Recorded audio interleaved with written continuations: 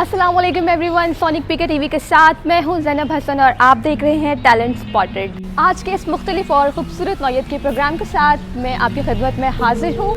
तो हमारी इस वीडियो का मकसद आप तक कुछ ऐसे लोगों को पहुंचाना है जो खुदादार सलाहियतों को इस्तेमाल करते हुए अपना नाम बना रहे हैं, ना सिर्फ पाकिस्तान में बल्कि दुनिया भर में अपने काम से और अपने नाम से जाने जाते हैं। आइए चलते हैं।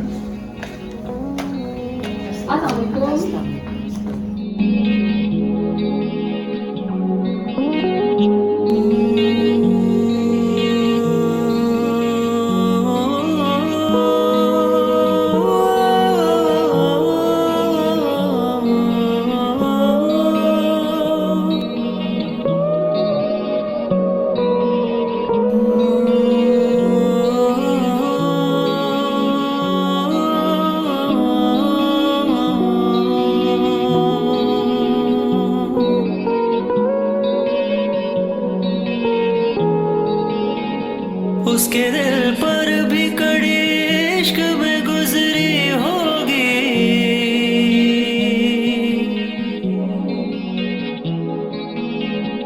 उसके दिल पर भी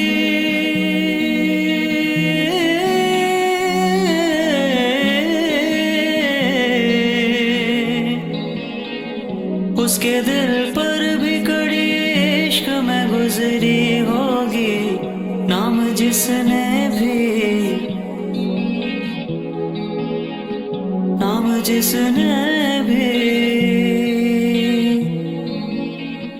नाम जिसने भी मोहब्बत का सजा रखा है, जब से तूने मुझे दी। जी, तो इसी सिलसिले की कड़ी में आज हम मुलाकात के लिए हाजिर हुए हैं दुनिया का एक बड़ा नाम, एक उस्ताद, आर्टिस्ट मोहतरमा रुबीना घोगी साहब। कैसी हैं आप? बिल्कुल ठीक। सबसे पहले तो बहुत शुक्रिया, आपने हमें अपना वक्त दिया। आपको बहुत शुक्रिया कि आप लोग आए। देखिए तो ये बड़ा अच्छी फीलिंग है। अच्छा, तो आप बताएं कि इस फन का आगाज़ कब हुआ और कैसे हुआ?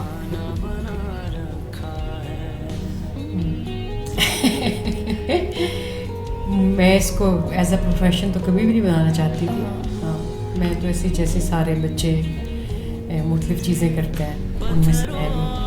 मतलब कि हमें एक सडन टाइम पे आके पता लगता है कि हमने अच्छा इस तरफ जाना है, ये वाला। नहीं, मैं चाहती नहीं थी। मैं तो कुछ और बनना चाहती थी। लेकिन मेरे घर वाले चाहते थे कि मैं पेंटर बनूँ, क्योंकि उनको लगता था कि मैं पेंटर बनूँ। हाँ, तो मैं हमेशा रेजिस्ट करती थी कि मैंने नहीं करना। अच्छा, तो आपने इटली से भी जो है वो यहाँ किसके स्टडीज़ वगैरह की हैं, तो वहाँ पे क्या पाकिस्तान से क्यों नहीं आपने इसको प्रेफरेंस दी, इटली क्यों चूज़ किया?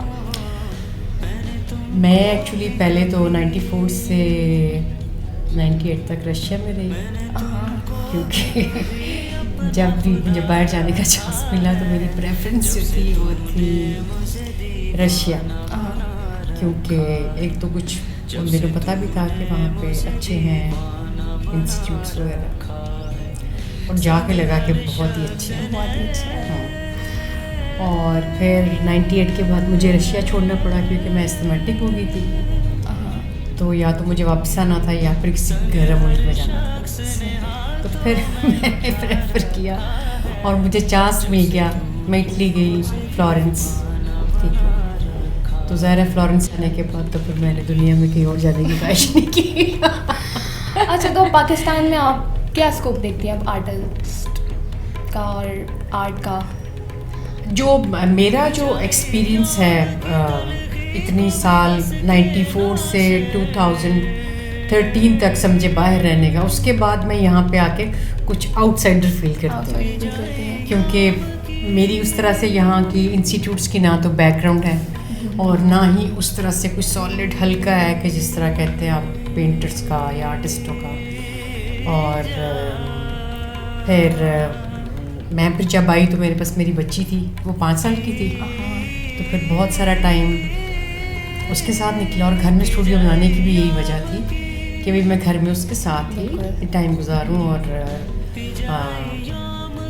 मतलब उसकी आसानी रहे। हाँ, तो आपने जो बाहर चीज़ें एक्सपीरियंस की हैं, ठीक है, यहाँ पे जो रहने वाले स्टूडेंट्स हैं, ठीक है, जो पैशनेट हैं आर्ट को लेके, उनके लिए आपको क्या लगता है कि पाकिस्तान में क्या चीज़ें होनी चाहिए और फैसिलिटीज़ होनी चाहिए और अपॉर्चुनिटीज़ होनी चाहिए जो आपने बाहर एक्सपीरियंस की, लेकिन वो यहाँ पे भी लगता है कि आपको नहीं, मैंने तो जितनी चीज़ें यहाँ पे देखी हैं स्टूडेंट्स की, मैं आपको सही बात बताऊँ, कुछ थीसिस देखने का मेरा हुआ है तो मुझे तो बहुत अच्छा काम लगा है। NCA में भी मुझे देखने का चांस हुआ है, पंजाब यूनिवर्सिटी में भी देखने का चांस हुआ है, बहुत खूबसूरत काम। और एक दफ़ा रावलपिंडी में जो NCA है वहाँ भी एक थीसिस देखने का मौका मिला था, तो मुझे तो बहुत अच्छा लगा। बल्कि मुझे लगा कि कुछ चीज़ों में लगा कि बहुत एक्सपेंसिव है, जैसे टेक्सटाइल का मैंने एक देखा था थीसिस पंजाब यूनिवर्सिटी में, तो मुझे लगा था कि बहुत एक्सपेंसिव काम हो रहा है। तो इस तरह का काम जो है दूसरे मुल्कों में आइडियाज़ को तो बहुत वो करते हैं, लेकिन ये के साथ ये भी देखते हैं कि भाई स्टूडेंट्स के एक्सपेंसेस।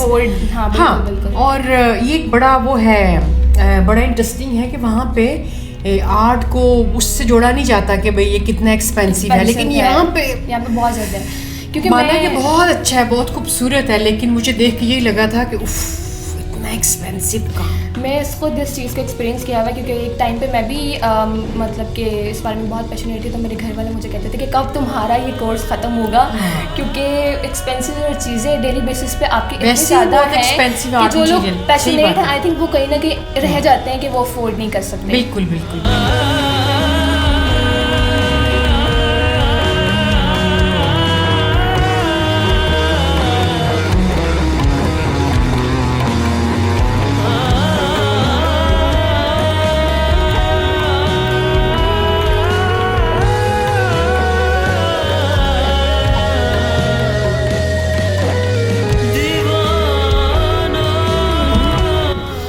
जैसे बुजुर्गों की बातों के पीछे कोई ना कोई हिकमत होती है, इसी तरह आर्टिस्ट के काम के पीछे भी कोई ना कोई कहानी ज़रूर होती है। तो आपकी इन पेंटिंग्स के पीछे जब आप इसको बना रही होती हैं तो कोई ना कोई चीज़ अपने माइंड में रख के उसको जो है वो ड्रॉ करती हैं, sketch?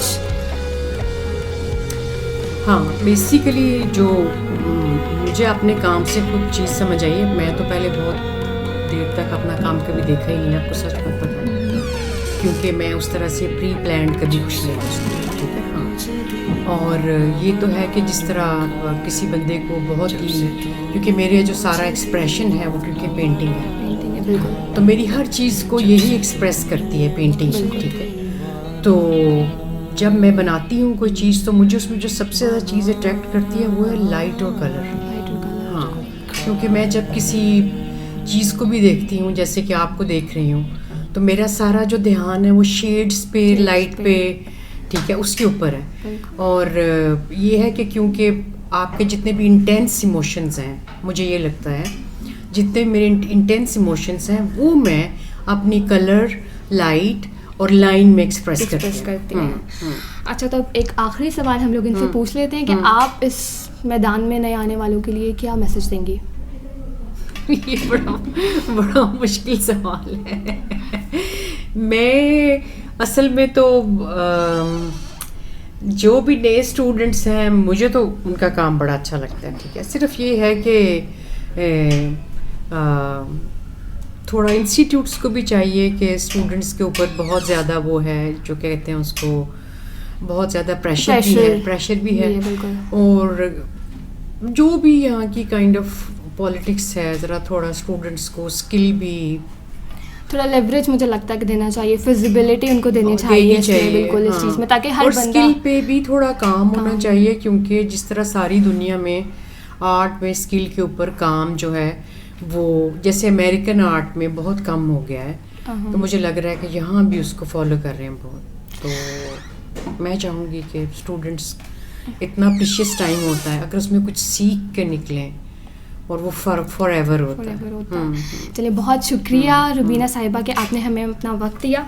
Thanks you so much जी कि आपने मुझे इतना टाइम दिया है और मुझे इस काबिल समझा है। हाँ जी।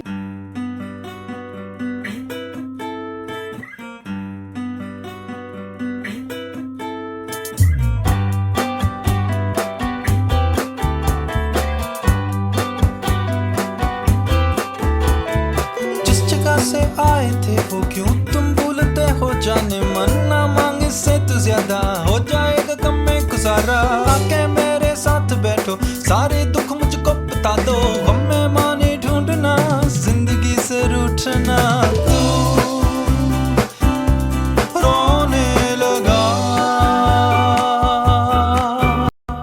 जी नाजरीन, तो ये था हमारा आज का प्रोग्राम। मिलते हैं एक नई एपिसोड में एक नए आर्ट के साथ और एक नई शख्सियत के साथ। उम्मीद है कि आपको ये एपिसोड पसंद आई होगी। तब तक के लिए मुझे दीजिए इजाज़त और दुआओं में याद रखिएगा।